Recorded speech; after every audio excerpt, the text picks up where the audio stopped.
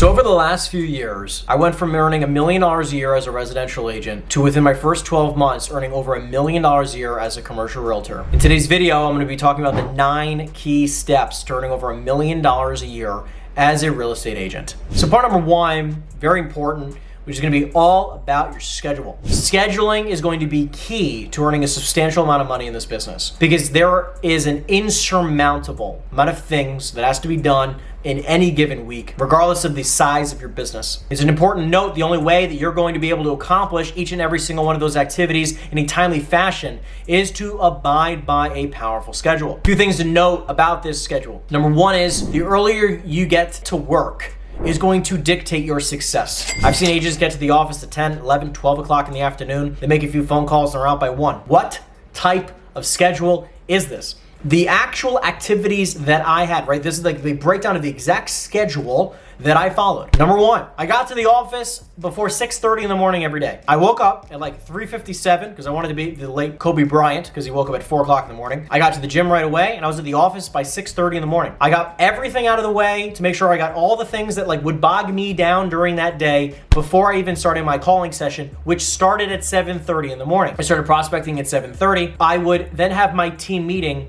at 8:30 or 9 o'clock, depending on the year that we're specifically talking about here. Have your team meeting, let's just say 8:30 in the morning. I don't care if you're by yourself, you have your team meeting. Now, if you're by yourself, you can do your team meeting at 7 o'clock and you can still start making your phone calls towards 8 o'clock in the morning. Point is, you get everything out of the way, you can do your team meeting or meeting with yourself for 15 minutes, you review on your agenda, any red flags, things you have to handle right away. You get that out of the way early in the morning so you can spend the next 3 to 4 hours prospecting. So that would take you from 8:30-ish or so till 1:30 or so. That's 4 hours of prospecting. Now, from that period of time, you can get lunch, and during my lunch hour or 2, I'm gonna be spending that time doing follow-up. 1 o'clock till 3 o'clock, I do all of my follow-up every single day, every single task that I have to get done, touching base with all of the past leads that I've generated so that I can convert them. And obviously, you can check out some of our past videos of exactly what to say, or if you want a faster response, go in the description down below, and you can download my free script book. The Commercial Real Estate Script Book is bar none one of the best script books I've ever created and I've ever seen. I guarantee you're gonna get results from it. So I do my follow-up session for 2 hours, and then from 3 o'clock on, I do one of 3 things. If I am in a place where my pipeline is not where I need it to be, I'm gonna be jumping back on the phones.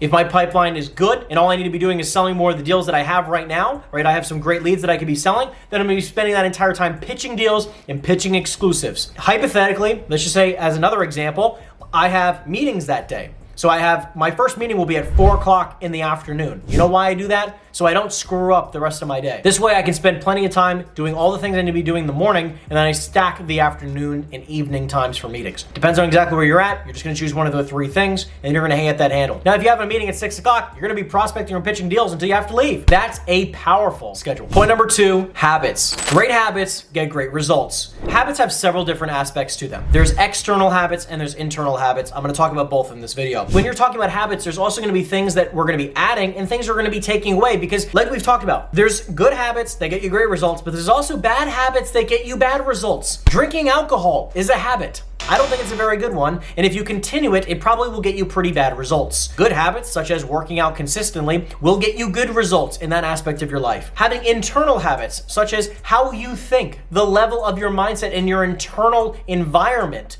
is going to be important. What are the things you're consistently saying to yourself? That is a habit, right? If you're saying, I'm not good enough, or, like, I don't know if I can do it. Those are habits. That is an internal bad habit that we're gonna work on quitting. Several habits I wanna talk about that will allow you to see success are things like working out, which is going to allow you to keep your mind right. Number 2 is self-development, also keeping your mind right. Prospecting each and every single day, which is an external habit that will drive fantastic results. Networking, this is a great habit, going on a networking event 1, 2, 3, 4 times a week. It's a fantastic habit that is going to put you in the right environments as long as you pay attention to what kind of networking events you're going to. Habits are going to be something that if you show somebody your habits, They're going to be able to tell you your future. All of these external and internal habits will drive results. It's up to you if that's a good one or a bad one. Point number 3 is all about mindset, baby. It's the power of thinking big. What I have seen most commonly is that whether you have yet to earn your first $100,000 or you've earned $100,000 and you're looking to scale, most commonly I see individuals, their goal is to earn $250,000 a year, or sometimes it's $100,000 as their first goal. My initial goal every time I start something is, how does this map to earning $1 million plus a year? Because I want to know my numbers, right? Grant Cardone talks about this a lot. You need to know your numbers. And by the way, if you shoot too small, guess what? Whatever you shoot for, you're probably going to achieve. So if I'm shooting to achieve a $10 million a year income, and I run the numbers and I analyze exactly how many deals at what price point and what commission percentage, and I know exactly how many leads, how many calls, all these things I have to do, and I just do that to a T, or as close as possible to a T, I'm going to achieve X result. And if I shoot for $100,000 or $500,000 or $1 million or more, I'm probably going to get pretty damn close to my goal. Make sure when you are running your numbers, running your business plan, and thinking about the goals you want to achieve, the minimum standard from now on for how I'd like you to think, or just try doing this for 1 year, I want you to try shooting for $1 million minimum. That's your new floor. Point number 4 is have systems for everything you do in your business. This is how you pull lists, how you market properties, how you hire, how you fire, how you run meetings, how you prospect, how you do your follow-up. Every single one of these things must have a system to it. How you market yourself online, how that process is even done, from the way you record your content, like I'm recording my content right now, to how it gets posted, who does it, right, and when it gets done. Every single aspect of your business should be templated. You should have something called a SOP, which is a standard of operation. Every single aspect of your business has an SOP. This is how we send an email to a client. This is how we onboard a client. This is how we ask for referrals. This is how we market a property for sale. This is how we set up follow-up campaigns. Everything has a process. You come up with a list of 20 different things you want to have a process. You just go down the list. Do one. Implement a process. You have 24 hours to implement a process. Great, get that done. Or if you have a team, guess what? Give something to your team. Hey, I need a standard of operations for each one of these activities. In the next 7 days, you give them another 3. It doesn't have to be you creating all these standard of operations. Somebody has to. Point number 5, let's talk about hiring.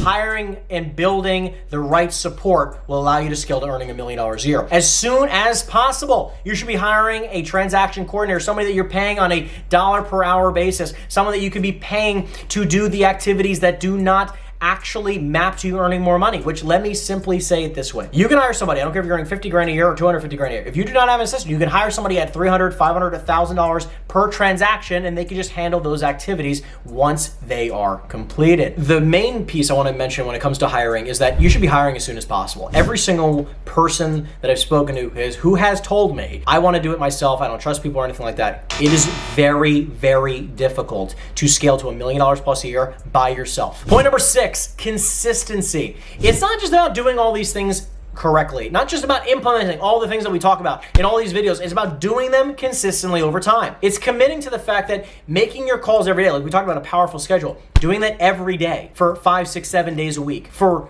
months at a time is what's going to result in you making great money. Let's just be super blunt. If you're gonna do something really well for 90 days, like let's just say you're going to the gym and you're trying to lose 20 pounds, you might lose 20 pounds in 90 days, kudos to you, but you're not gonna keep it off. If you've only done something for 90 days and then you stop going to the gym, you're probably gonna build back the weight, which is the same thing in the real estate business. Being consistent with your calls, being consistent with your hiring, being consistent with your follow-up, being consistent with your meetings, being consistent with the way you work on yourself. And if you do that over a long period of time, you're gonna see great results. Point number 7, the type of client you're working with is incredibly important. Keep this in mind. You can work with any type of client. Let's just be honest. You can work with literally any person you want. Why would you not just work with the people who actually get you paid the most money and are the most simplistic to work with and they're fun and easy? If you could choose any type of client, that's why I like working with the right type of investors. I just had a training with my coaching group, and in that group we talked about working with the right types of investors, because there's a sliding scale of investors you can work with, right? There's the sliding scale of 1, 2s, and 3s, right? There's a 1, which is the ideal type of investor you want to work with,